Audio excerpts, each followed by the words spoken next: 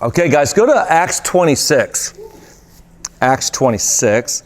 So we're going to do about a 4-week kind of mini series. And to be honest with you, I was pretty clear on what it was going to be. But I'm also preparing, Chris is taking a sabbatical in July, so I'm going to be filling in for him for the month of July. And I began to realize how much work it is to do 2 series plus my own travels and teaching. So I'm going to be doing some ad hoc kind of stuff for 4 weeks. But the theme is going to be trying to understand the flow of the Bible, the flow of the scriptures. And so you'll see what we're going to do today. We're going to look at one of my favorite chapters in the book of Acts. And it's Paul's defense before King Agrippa. Let me ask you guys this question. I'm curious. First of all, would you say change is hard for most people? Is change hard? Why is change hard? Gets us out of our routine, our habits, our rituals, our how we do things. Yeah. And why do we fall into ways of doing things? I mean, our brains are actually designed to fall into patterns and habits, right? We have an entire part of the brain that is the habit-forming part of the brain. Why do we have that? What's the purpose? Safety too, right? Safety? In what way? We are comfortable. We know what's going to happen. I guess probably like the kind of old evolution where we're always looking for danger, but once we know the pathway to the water hole, it's not going to have something eat us on the way. Yeah, I think that's a great point. It's safe. What else? I see it as like easy versus hard. Okay. Our minds, we do things that are easy. Yeah. We don't want to change because it's hard. Yeah.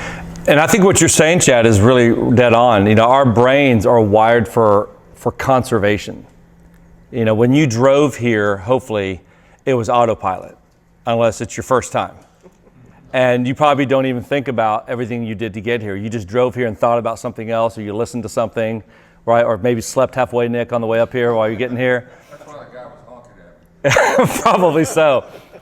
So, you know, our brains are wired for conservation. I've got this illustration I do with my clients a lot of times. If I'm speaking at a conference, I won't do it here, but I'll bring somebody up and I'll put like a pen or a pencil on the ground and I'll get them to get about 1 foot behind it. And I'll say, hey, I want you to jump over the pen.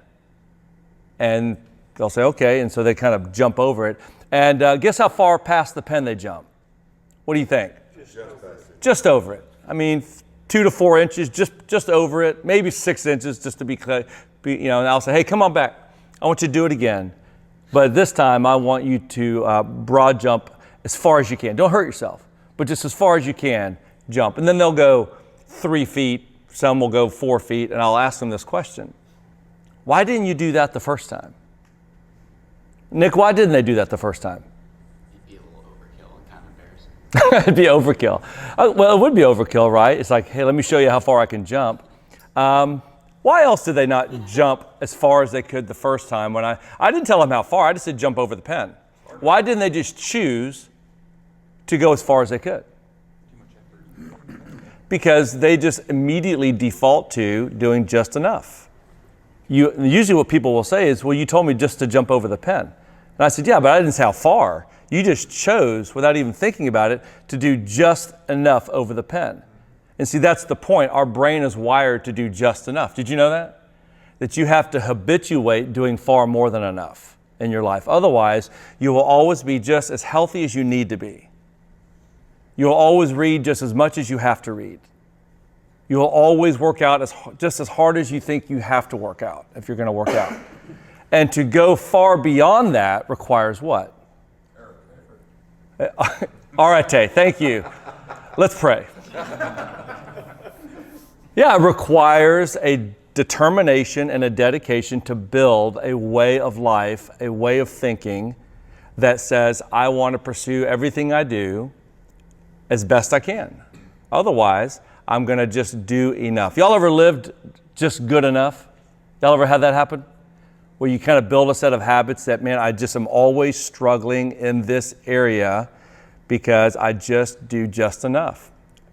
It's never overkill. I never try to do my best because doing my best requires a lot of effort. You know, change is hard. Why else is change hard? Were you about to say something, Tony, about no? Why else is change hard? It's because a lot of times change is uncomfortable, right? It's just uncomfortable to do something you don't normally do.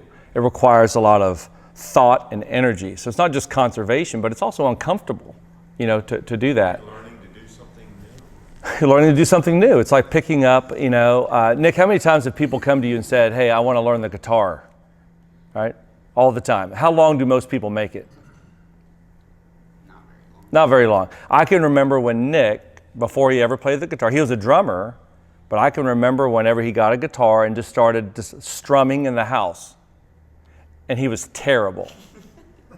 And it was just a lot of noise. And he'd never quit. Like every day, he would just lay on the couch watching The Office. And he would just have his guitar, just trying to strum, and I would walk into the house every day like that. And then, but over time, and he'd watch some YouTube videos and kind of watch things every once in a while, but over time, all of a sudden, I'd kind of hear a little melody. And then it'd be bad again. And then all of a sudden, I'm like, whoa, listen to Nick. And now he leads worship. Right? Now he doesn't even think about it. It's just so, Hefner's probably the same way. When you first started, I'm sure you were terrible, like everybody else. Right? And this is the way, it's uncomfortable. It's learning new things and sticking with it. This is why most people quit the guitar. That's why most people quit piano. That's why most people quit doing anything that they know in the long run. I love the reward that comes from it, but man, the effort to get there is difficult. Seth Godin, one of my favorite writers, he's so creative. He wrote this little bitty book called The Dip.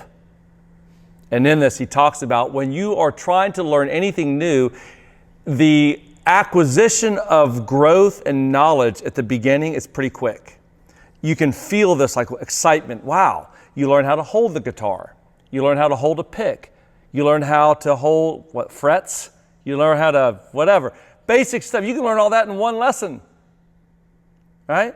But what happens is eventually you get to your first dip, and the dip is the hard work.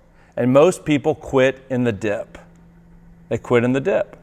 So in my work, when I work with different companies and groups, I'm in the change management business.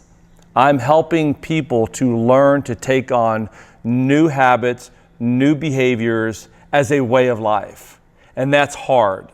And when I first started it, I used certain skills and techniques that were okay, but what I realized fairly quickly was that there's one thing that causes change very quickly.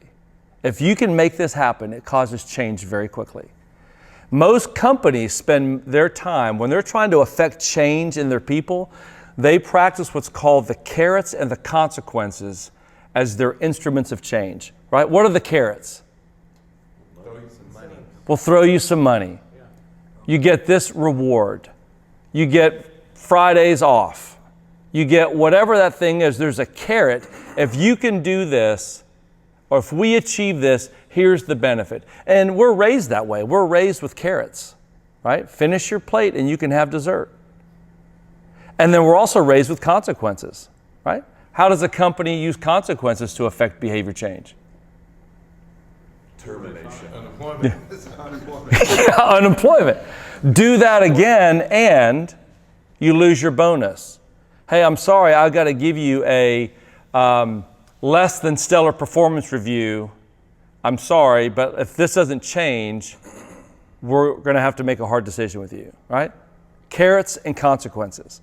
And those work in some way, but the problem is carrots and consequences both don't hit what? What do they not hit? They focus on behavior, but what do they not impact? The desires of the heart. That's what they don't impact. And we know this. We know that the way to affect change, sustainable, long-term change, is when you can change the desires of the heart of an individual. Now all of a sudden it's real. It becomes a part of who they are.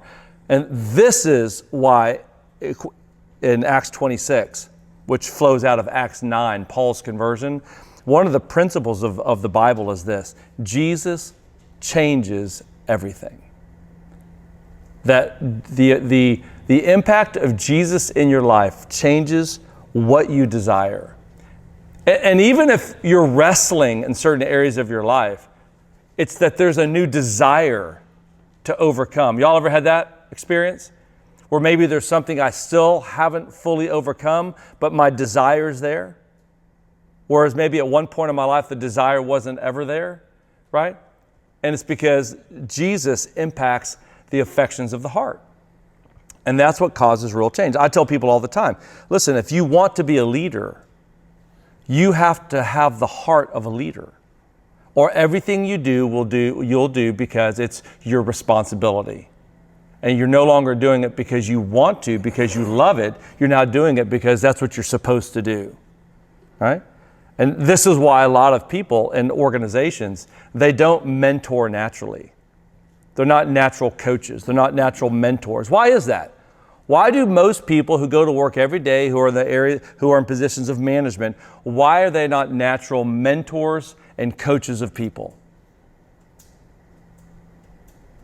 Self-centered, trying to accomplish their goals and tasks without deviation. Yeah, I mean, self-centered, that might be a little strong. I mean, I think there is that, but it's because their heart isn't bent towards getting up every day and saying, how can I impact and influence people? To them, as they go to work, and what's the question they're asking? How am I going to get the job done today? How am I going to achieve this project? Right? So if I have to coach somebody to help them, help me get the project done, I'll do it then. But if everybody's doing their job, I don't take on the role of leader, coach, mentor in their life because it doesn't flow out of my heart. For me, I get up every day, and the reason I do what I do for a living is I would do it anyway.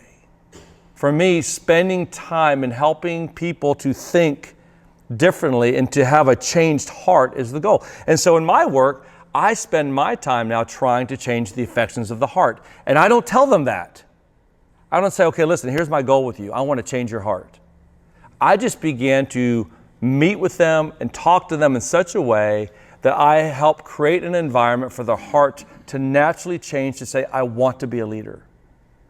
I want to live my life as a leader. See?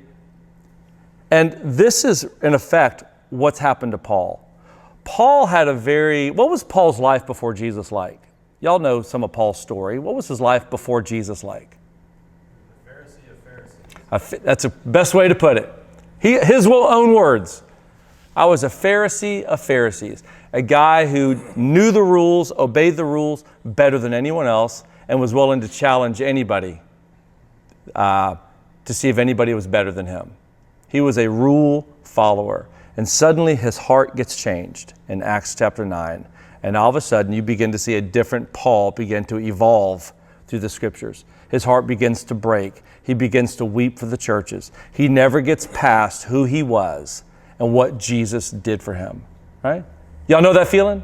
Where you never really got past what Jesus did for you? Even if you're still struggling at times, you still can't get past the fact that Jesus invaded your life and invaded your heart. He changes your loves, right? He changes what you love. Well, look at chapter 26 here. So Paul is standing before King Agrippa. He's in prison, and he now gets a chance to, in a sense, save himself, to acquit himself, if he could convince Agrippa. And look what he says. Agrippa says to Paul, "You have permission to speak for yourself." Then Paul stretched out his hand and began his defense. "I consider myself fortunate that it is before you, King Agrippa, that I am to make my defense today against all the accusations of the Jews, especially since you are very knowledgeable about all the Jewish customs and controversies. Therefore, I beg you to listen to me patiently." How does Paul start with Agrippa? What's his approach with King Agrippa? Here's a guy who basically, his great-grandfather was Herod the Great. His father, Agrippa I, was a harsh persecutor of Christians. Here's King Agrippa. He actually wants to keep peace between Rome and the Jews. And so Paul knows he has an opportunity because he knows that King Agrippa II is a fairly reasonable man. So what is Paul's initial approach with him? What's that? Flattery, yeah. That word kind of has a bad connotation, but it's respectful. right? It's respectful. You're going to see this chapter. In fact, if you ever read any books on rhetoric in the New Testament, this is a chapter that's used by professors of rhetoric. You guys know what rhetoric's kind of a bad word today. Oh, that's just a bunch of rhetoric. If you hear a politician talking, people just say, that's just a bunch of rhetoric. What they mean is you're just all hot air, you're all talk. That's not what rhetoric is. Rhetoric is actually the art of persuasion. That's what it is. It's the art of persuasion. And the ancient Greeks understood 3 elements of the art of persuasion. Aristotle codifies it in his book called Rhetoric. But this was practiced way before Aristotle. And the 3 elements, and Paul is clearly schooled of this stuff. He understands it. The 3 elements of persuasion are ethos, pathos, and logos. You guys have heard of those 3 things, right? Anybody remember what ethos is? Ethos? What element is ethos of persuasion? We get our English word today. What English word do you think we get from ethos? Ethics. And in Greek, the concept of ethos means credibility. And so something that is unethical is something that a person loses credibility in the eyes of another person. In other words, immoral, illegal, and unethical, those are 3 different things. I can do something unethical even though it's not immoral and it's not illegal. What that means is what I just did simply loses credibility in your eyes. For instance, if I'm meeting Paul, and Paul says to me, Walter, I don't have a lot of time. Could you please meet me at 3 o'clock? And I need every minute you can give me because I've got to be done by 4 and I need to talk to you. And I say, yeah, Paul, you bet. And I show up at 3:12, right? And Paul is very disappointed because he told me, I need every minute. Could you please, get there at 3 so I can talk to you? And I just let him know that, man, I'm sorry I'm late. And it was not, I was just late. Now, that's not illegal. It's not immoral. But in his eyes, do I lose some credibility with him? What do you think? Yes. And in that sense, it would be an unethical thing that I did because it hurts credibility with him. Whenever you see somebody act in a certain way that is in conflict with what they say, that breakdown in credibility is what we call an unethical act. That's why hypocrisy is unethical. Hypocrisy isn't illegal. Hypocrisy isn't even necessarily immoral, depending on what it is. But it is unethical. Does that make sense? So the early rhetoricians believed that whenever you're going to be persuasive, you have to demonstrate credibility. You either have to validate the credibility of the other person so they feel good about who they are because you acknowledge who I am, or you have to demonstrate why you are the person who has the credibility to speak. This is where, for instance, in public speaking, the role of the MC came. What does an MC do for a speaker? Dwayne, you've been to conferences. What does an MC do before the speaker comes out? Tease him up. Tease them up. How great he is. Man, we are so excited today. We've got the great Dwayne Reeder, one of the brightest, right? And they just, I'm just making this up. Yeah. Everyone else knows too. And they walk through as best they can your highlight reel. And the reason they do it is so that the speaker doesn't have to do it. See, because if the speaker has to do it, how does that come across?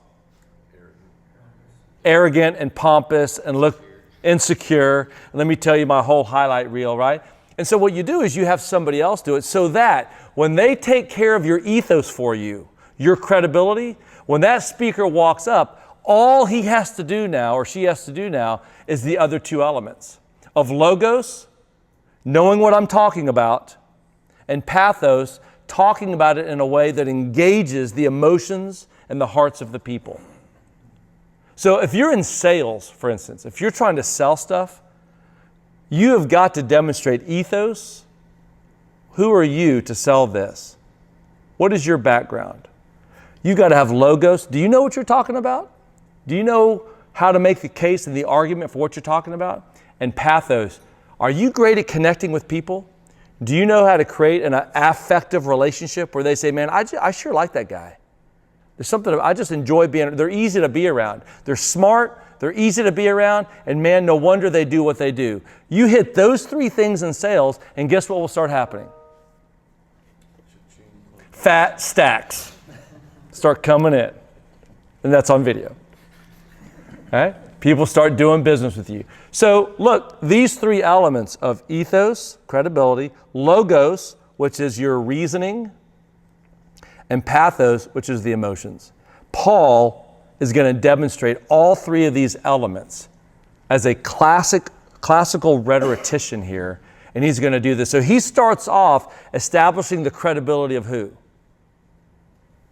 King Agrippa. I'm so glad I'm in front of you because why? What did he say? Why am I glad I'm in front of you, Agrippa? Because why? You know the laws and the customs. You're so wise. You're so smart. In fact, you're the only one I'd want to be in front of because you actually can understand what I'm about to say to you. And how do you think Agrippa now is feeling when Paul starts off by recognizing his role and his understanding? It's a form of respect. Carry on, Paul. I like how you're starting. Tell me more about me. See? And this is what he says. Therefore, I beg you to listen to me. There's the plea. I've respected you. If you could just listen to me now for a few moments. Verse 4. All of the Jews know my way of life from my youth, which was spent from the beginning among my own people and in Jerusalem. Verse 5, they have known me for a long time, if they are willing to testify that according to the strictest sect of our religion, I lived as a Pharisee. What's he appealing to now? What's Paul saying? What's he saying? My people know me. They've seen me since I was young. They know my role as a Jew, as a Pharisee. And therefore, I have the credibility to speak because I'm not some nomadic person that came into Judea, came into Jerusalem. I'm somebody they have always known, and my life has changed. It would be like if my favorite Christmas movie is, it's not Stacy's, but it's mine. So I have to make her watch it with me every year. It's A Christmas Carol. I love watching Scrooge, Ebenezer Scrooge. And when you see that life change in him, if somebody were to ask him, Scrooge, how did this happen? He would be able to say, this town has known me since I was a child. And if you know the Scrooge story, they did, ever since he was a kid, right? They've known me. They've known my miserly ways as somebody who was greedy. And now, look at my life now. And so this is how Paul starts. They know me. Verse 6. And now I stand on trial because of the hope and what God promised to our ancestors. See what he just did? I'm standing on trial for what? The Jews are putting me on trial for what? For the very thing they believe in. The hope of our ancestors. Did their ancestors have a hope in the coming of Messiah? Matt, did they? Yes. Did they, for centuries and centuries and centuries, that they've been waiting for the Messiah? And he's saying, wait a minute, you're putting me on trial for the very thing you've been hoping for all these years. I'm not saying anything weird here. I'm actually telling you that it's been fulfilled. And he says, verse 7, the promise our 12 tribes hope to reach as they earnestly serve him night and day. King Agrippa, I'm being accused by the Jews because of this hope. That's so smart. So what has he now done? He's basically said, what they're accusing me of is not for something they don't believe in. They just don't believe that the person I've identified that's changed my life is the fulfillment of the hope that they've hoped on for centuries. Verse 8. Why do any of you consider it incredible that God raises the dead? Do the Pharisees believe that God raises the dead, by the way? Yeah, the Pharisees do believe that. One group did not, though. Who was that? It was the Sadducees. And there's that old, terrible seminary joke. That's why they were sad, you see. Okay. Let's keep going. I shouldn't have done. I told myself don't say it. Verse 8. Yeah, it's a habit. Thank you. It's hard to change. Why do any of you consider it incredible that God raises the dead? Verse 9, in fact, I myself was convinced that it was necessary to do many things in opposition to the name of Jesus of Nazareth. What's he doing now with the Jews? What's he saying? I was on your side. I was just like, in fact, you know what? I was better than you.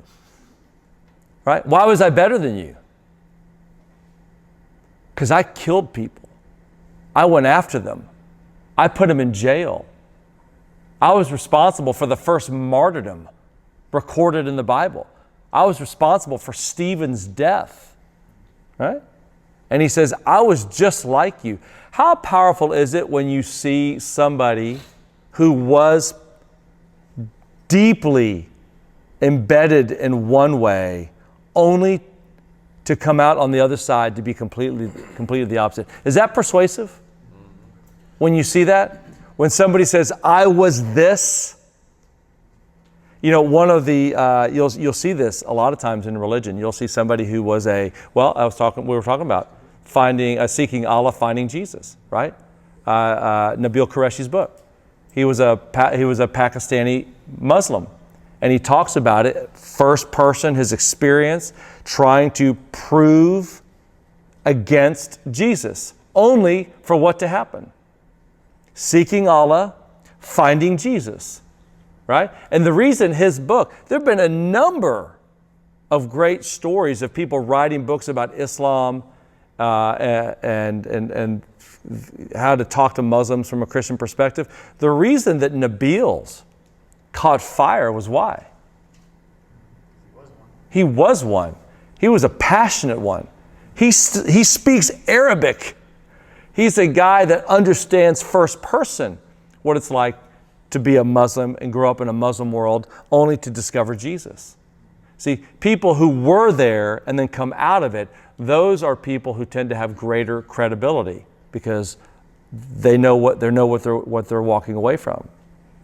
And this is what Paul is saying. I was just like you, but better than you.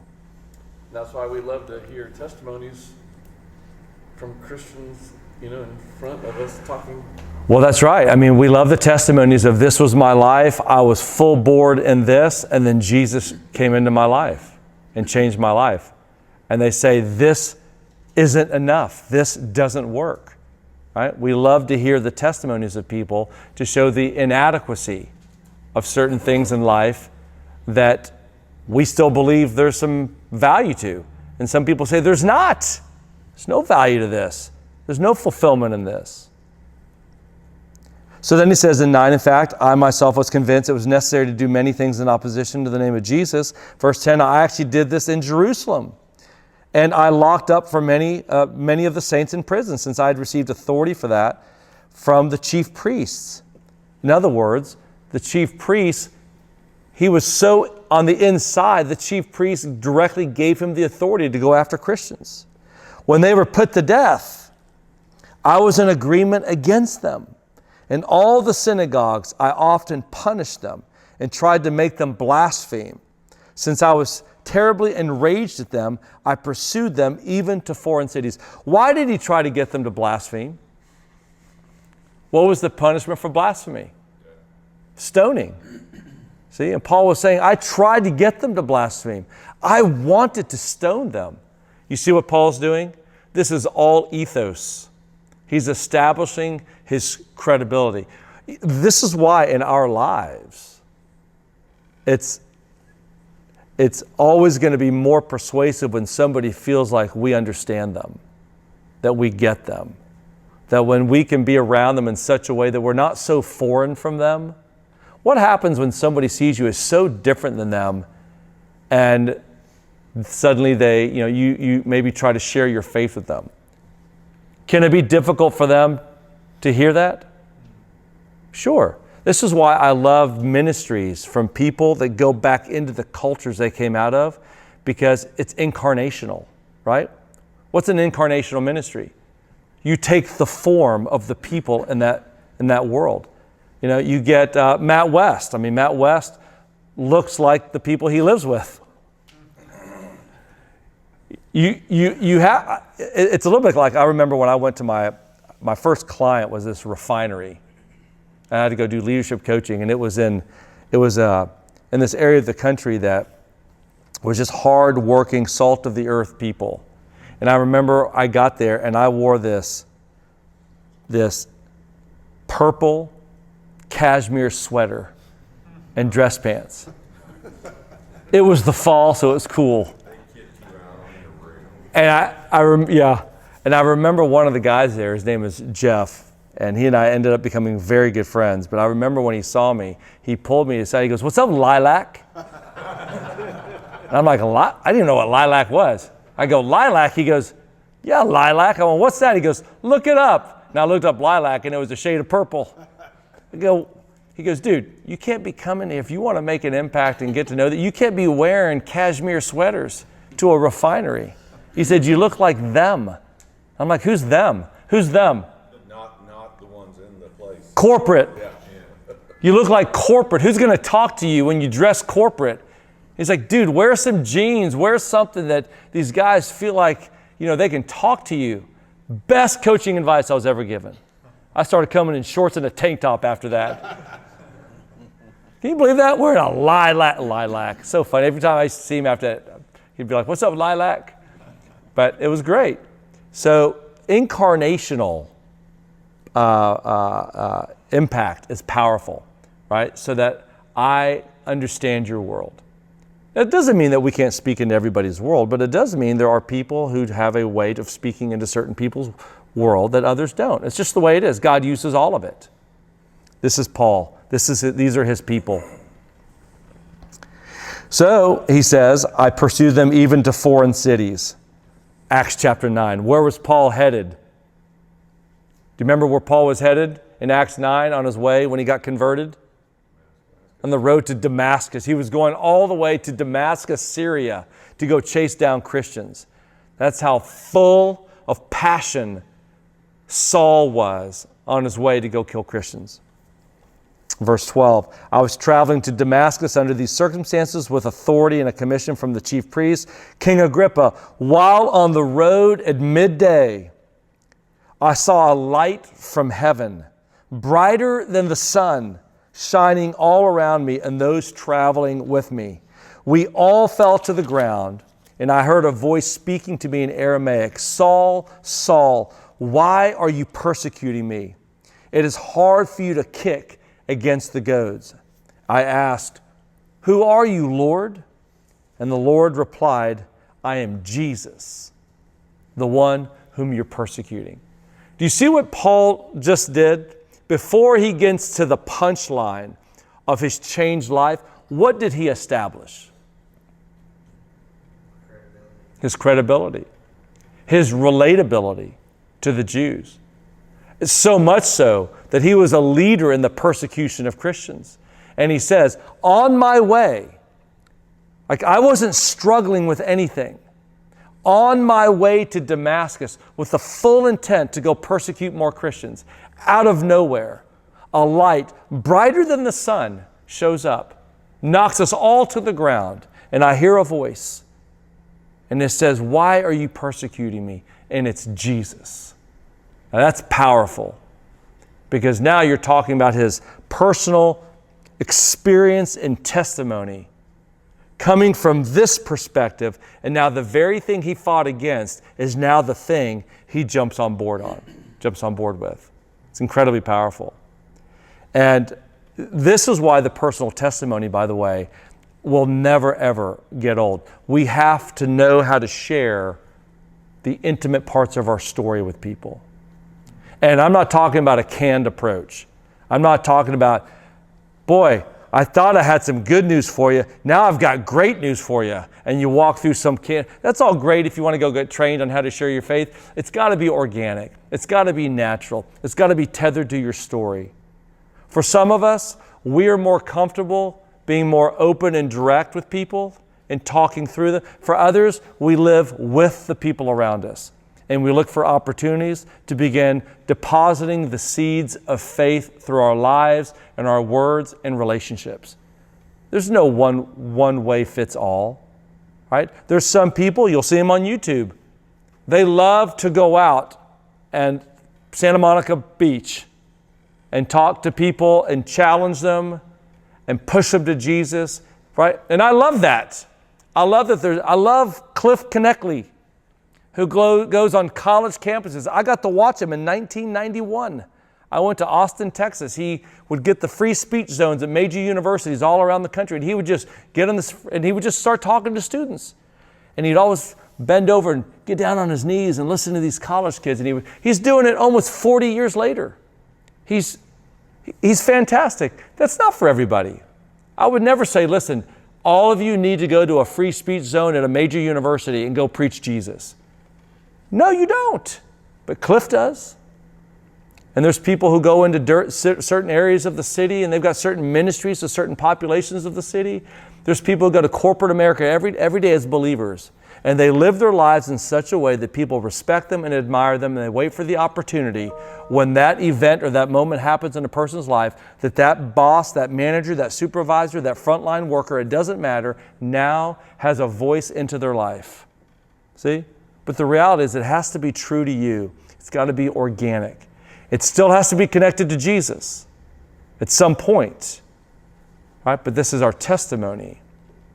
And it's the one thing that people don't and can't argue against. At best, or at worst, they might say, well, that's true for you. I'm happy for you, right? They might say that to you. But what they can't say is, I don't believe that's true, because it's your experience. And so this is Paul. It's his testimony. And so then he goes on, look what he says. He says, 16, but get up and stand on your feet, for I have appeared to you for this purpose, to appoint you as a servant and a witness of what you have seen and will see of me. I will rescue you from your people and from the Gentiles. I am sending you to them to open their eyes so that they may turn from darkness to light and from the power of Satan to God, that they may receive forgiveness of sins and a share among those who are sanctified by faith in me. So he gives King Agrippa now, after his personal testimony, he gives him another reason why he needs to consider Jesus. What is that? The forgiveness of sins. I've been called now to go to the Gentiles, to turn them from darkness to light, for the forgiveness of sins. He's letting Agrippa know all of us have this thing called sin that we need forgiveness from. And King Agrippa, you're no different. And what Jesus does is Jesus forgives you of your sins. See? It's a great question, by the way, to ask people sometimes. If you ever get in that kind of a conversation, what do you do with your sin? What happens to your sin? You guys may have heard me tell the story. I was on a plane once and I asked a guy this question. He was from California and just kind of just a great guy. And we got into this conversation about religion and theology and Christ. And I asked him, what do you do with your sin? You know what he said? I just give it time. Just if I give it enough time, what happens? It just goes away. I just kind of forget it. So in his mind, if I don't think about it, then there's no problem. As opposed to realizing that no, that sin stores up in our lives. It forms and shapes the people we're becoming over time. It's not the life God has called you to. Right? Jesus has the ability to forgive you of these sins, to allow you to become the person that you're meant to be, to become the person you've never been. Did you know that? That's the beauty of the forgiveness of sin. It's not simply judicial freedom that God pronounces me innocent and now I don't face judicial judgment. It's that what is the practical damage of sin in one's life? What does it do? It inhibits you from becoming what God has called. It inhibits you. It actually malforms you. It forms you into something that you're not meant to be. And so the freedom that comes from Jesus actually allows me now to be what I truly want deep inside, even if I'm not fully aware of it. Because now these things kind of in a sense begin to fall off of me and I begin to have freedom. This is why Jesus says is that I've come to set you free. Not just judicial freedom, but true freedom as a person, that I can now pursue the joys of life. I can experience happiness, biblical happiness in the sense of fulfillment, because I'm recognizing that these sins in my life have been forgiven. Right? What happens when a person never deals with those things in their life, even if it's a believer who's never overcome them? Can that impede them in the way they experience life in a full and joyful manner? What do you think? Of course, because that's not meant to be a part of your soul. Your soul's not meant to have these things, in a sense, stick to it. These things are meant to, over time, fall away and melt away over time. So now when I was younger, my message to people was judicial, that we stand guilty before God, and I believe that. But that's not my message to the world today. When I talk to people today, I talk about what Jesus offers you is a life of freedom that you have never experienced before. Yes, it's judicial, that you move from an enemy of God to a friend of God. But I talk about the fact that the very thing you think you need in life and desire in life will not be found in this. It will be found when you find who your Creator is and you give your life to Him. There's a real joy and a peace that settles in one's life. Right? And I know that from personal experience. Right? So there's credibility there when I can tell my story to people. Any comments on that? So then he says, verse 19, so then King Agrippa, I was not disobedient to the heavenly vision. Instead, I preached to those in Damascus first, and to those in Jerusalem, all of Judea, and to the Gentiles, that they should repent, turn to God, do works worthy of repentance. For this reason, the Jews seized me in the temple and were trying to kill me. To this very day, I have had help from God. I stand and testify to both small and great, saying nothing other than what the prophets and Moses said would take place. See what Paul just did? He went to another reason. So he goes from ethos, my life, my credibility, I was this, now I'm this. Now he goes to logos. The logos says, your sins are forgiven. And this is something that the prophets and Moses spoke about long ago. So now, what is he appealing to? Where is he going now?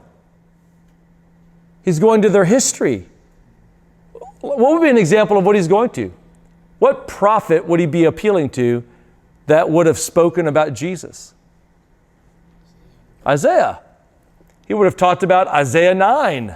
Everybody knew Isaiah 9 about the impending judgment and doom on Judah for idolatry, and that there's going to be darkness in the land, but that God would come and deliver them. And then verse 6, for unto us what?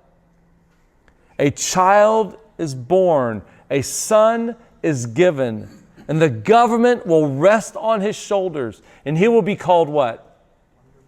Wonderful Counselor, Prince of Peace, Eternal Father. See these titles?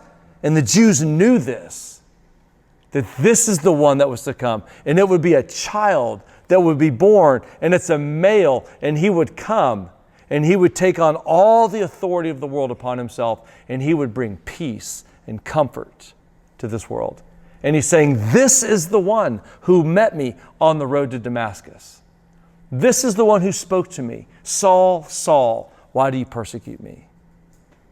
He could have gone to Isaiah 53. You guys know Isaiah 53. Talking about the life that this one would live. This suffering servant would live. One of utter rejection, that they would despise him, that they would crucify him, they would pierce him. But he would see his offspring. How does he see his offspring? Resurrection, see? Which he's going to talk about here again in just a moment. He could have gone to the very beginning. What was the very first prophetic utterance of the coming of Messiah? Genesis 3:15. It was the promise that from the seed of woman, the seed, he would come and he would crush the serpent's head. When you go to Romans 16, at the very end of Romans, Paul talks about Jesus as the one whose heel crushes the head of the serpent. Paul sees Jesus as fulfillment, that promise in Genesis 3, that this seed would crush the head of the serpent, would wound the heel of the one who crushes death, but that he would rise from the dead and he would crush the head of the serpent. See, Paul could have walked through these passages, but he knew King Agrippa knew the Old Testament. He knew the prophets.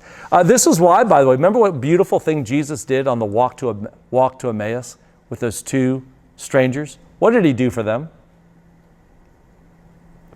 You guys remember that? Open their eyes to understand the scriptures. That's right. And what did he walk them through, Matt? Remember? Oh, Isaiah. All of the scriptures. He walked him through all of the scriptures.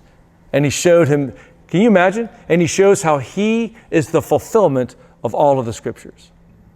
You know, last night we got to spend some time with some people up in Decatur for July 4th. I was talking to this guy. It turned out he was a brother in the Lord, just a wonderful guy, and just he loves the Bible. And I was like, hey, what are you reading these days? I just read the Bible. That's awesome. Where are you at? He goes, I'm in Leviticus. I go, how's it going? He goes, tough. He goes, but I've always wanted to read the Bible in a year. And I got this Bible in a year kind of plan. And I said, well, where do they have you in the New Testament? He goes, well, I'm in Mark. And I go, you know, and it just kind of occurred. I said, do you know what they ought to do? I said, you ought to think about doing this. Why don't you read at the same time you're reading Leviticus? Why don't you read at the same time Hebrews? Like every Bible reading plan in a year ought to have you going through Leviticus and Hebrews at the same time. Why? Well, for any of us who just went through the book of Hebrews with Chris, we should know this. Why should you read Hebrews alongside Leviticus if you're going to read through the Bible in a year? It's because Hebrews is all about how Jesus is better than everything Leviticus says. That Jesus is the fulfillment of everything Leviticus talks about. That is a shadow. Jesus is the fulfillment and the substance of everything Leviticus talks about. It's a compendium volume to show fulfillment. And I said, you ought to do that. He goes, that's a great idea. I said, hey, you ever heard of ChatGPT? He goes, yeah. I said, do you ever use it? He goes, no. I said, watch this. And I said, I want you to act as a Bible scholar. Show me how the book of Hebrews fulfills everything in the book of Leviticus. In 30 seconds, it gives us a detailed outline showing how the book of Hebrews shows the fulfillment of Jesus in every aspect of Leviticus. And I show it to him. He goes, that's incredible. See? But that's what we're talking about, you know? So Paul realizes everything I've hoped in, everything I believed in, everything the prophets have spoken of, everything Moses wrote in Leviticus and Numbers and Deuteronomy, all of these things are what? They are completed, they are fulfilled in Jesus. And so that's what he tells them. So Jesus walks the guys from Emmaus through all the scriptures and shows how he is the fulfillment of these things. It's incredible. And then he says this, give you another thing. He says, verse 21, for this reason the Jews seized me in the temple. They're trying to kill me. To this very day I've had help from God, and I stand and testify to both small and great, saying nothing other than what the prophets and Moses said would take place, that the Messiah would suffer, and that as the first to rise from the dead, he would proclaim light to our people and to the Gentiles. Now, all of a sudden, here's some more logos for you. What's the logos? The resurrection of Jesus. That he actually died and rose from the dead and walked among us for 40 days. And in fact, he says at the very end, look what he says in verse 26, for the king knows about these matters. I can speak boldly to him, for I am convinced that none of these things has escaped his notice, since this was not done in a corner. What does Paul mean by that? This has not been done in a corner. It's all public.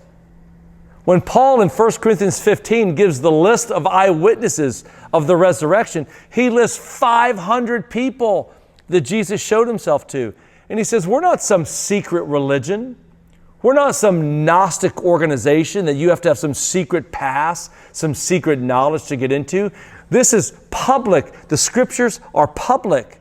What we do is public, right? Watch the work that we do, is what he says. And this is what makes Christianity, in my opinion, such a great faith. It's because it is a historical religion that displays itself for all the world to see. There are no secret handshakes in Christianity. And if there are, it's a cult. There are no secrets. It's public. It's not sitting in a corner for just a few to see. It's for all to see. And that means our lives. And that's why Paul now puts it on the line. He puts his life on the line because it's not going to be secretive for him, right? And so look what Paul does. He gives credibility. This is who I was. This is who I am. If anybody was a hater of Christians, it was me. He invaded my life. Let me give you some logos. There's the forgiveness of sins. That's why you should consider Jesus, because your sins will have to be reckoned with. The prophets and Moses spoke of him. Look back at your scriptures. The resurrection was a historical event, right? And these things have not been done in a corner. That's all logos. And he begs, he pleads with King Agrippa. He pleads with him. That's pathos. He's emotional. Remember what Agrippa says to him? Paul, before too long, you might convince me. Do you think it's that easy? See, King Agrippa began to feel it. And what does Paul say? Whether in a short amount of time or a long amount of time, Agrippa, I don't care.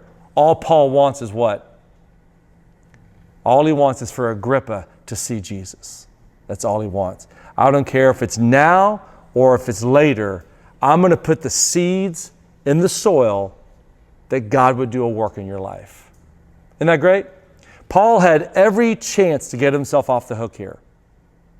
He could have said a number of things to get King Agrippa to say, I see no wrong in this man, let him go. And Paul doesn't do it. He just chooses to be smart and wise, but he never sacrifices or compromises what's true. So I love Acts 26 because it is a chapter that shows the Bible through a prophetic lens from beginning to end as leading to the fulfillment of Jesus coming into this world. Any comments or thoughts or questions about this chapter? I'm just curious, do we know anything about King Agrippa's later years from any historical records or anything? Well, he died in 93 AD. So he came into power at 48 AD. So he stayed in power for 45 years. We do know that he died. We don't know much about from records. We don't have a lot of ancient Roman records, but we do know that the Jews, they liked Agrippa, but Agrippa failed in one way. Because what happened in 66 AD? It was the Roman destruction of Jerusalem. Agrippa's primary job from the emperor was to make sure there was not going to be any disruptions in this area. And Agrippa just did not have the ability to keep that from happening. And so the Roman government had to come in because Agrippa couldn't do his job in their mind. And rather than kill him, so even Rome had enough respect for Agrippa, they didn't kill him for not being able to keep the Jews in order. They just came in and just ransacked the city. And they left him in power because now Rome was in full domination, full control. The Jews were put out. The diaspora happened. They scattered everywhere. And so we don't know much more about Agrippa, after that, other than he died in 93.